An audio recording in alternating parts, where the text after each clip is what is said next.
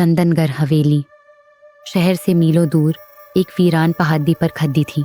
इसका मालिक अविनाश खन्ना एक अमीर लेकिन जुनूनी इतिहासकार था जिसे नायाब और शापित चीज़ें जमा करने का शौक था। एक रात पुलिस को हवेली से एक फ़ोन आया। आवाज़ नौकर की थी जो बस चीख रहा था। जब इंस्पेक्टर वरुण सिंह वहाँ पहुँचा तो हवेली में एक अजीब दम घोंटने वाली खामोशी थी। नौकर रामू एक कोने में बैठा कांप रहा था। उसकी आंखें फटी हुई थीं। वो बस एक ही तरफ इशारा कर रहा था, स्टडी रूम। दरवाज़ा अंदर से बंद था। वरुण ने दरवाज़ा तोड़ने का आदेश दिया। अंदर का मंजर दहला देने वाला था। अविनाश खन्ना अपनी आराम कुर्सी पर मुर्दा बैठा था। उसकी आंखें खुली थीं। उनमें इतना खौफ भरा था कि देखने वाले की रूह कांप जाए। उसका चेहरा नीला पड़ चुका था, जैसे किसी ने उसका गला घोंट दिया हो। लेकिन उसके गले पर एक भी निशान नहीं था। कमरे में कोई और नहीं था। खिड़कियां अंदर से बंद थीं। कोई जहर नहीं मिला, कोई हथियार नहीं था। यह एक इम्पॉसिबल मर्डर था। साहब, रामू ने कांपते हुए कहा, मालिक ने उसे कल ही मंगवाया था। मैंने मना किया था। वो आईना, ये शब रात का आईना है। वरुण ने देखा। कमरे के दूसरे छोर पर एक बेड था। पुराने डिज़ाइन का शीशा खद्दा था जिसे काले कपड़े से ढका गया था। कैसा आईना?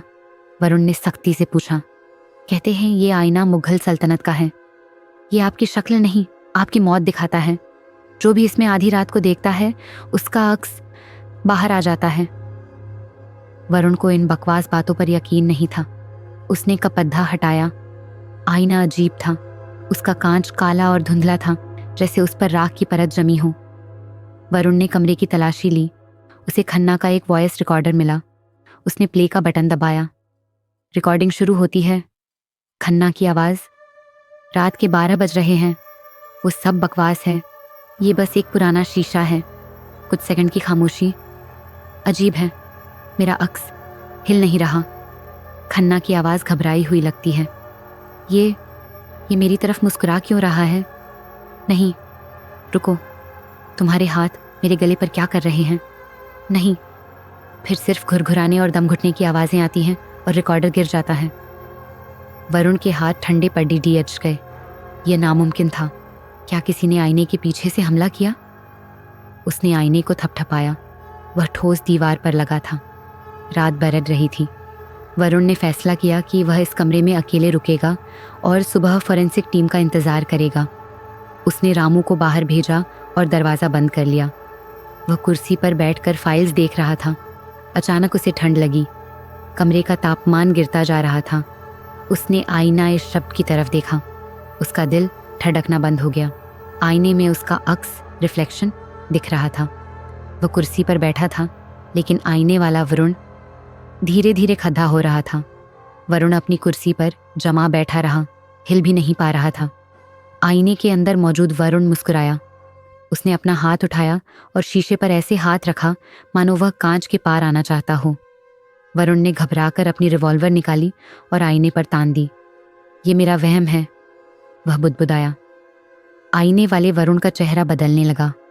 उसकी आंखें काली हो गईं और उसका जबड़ा किसी दरिंदे की तरह फैल गया।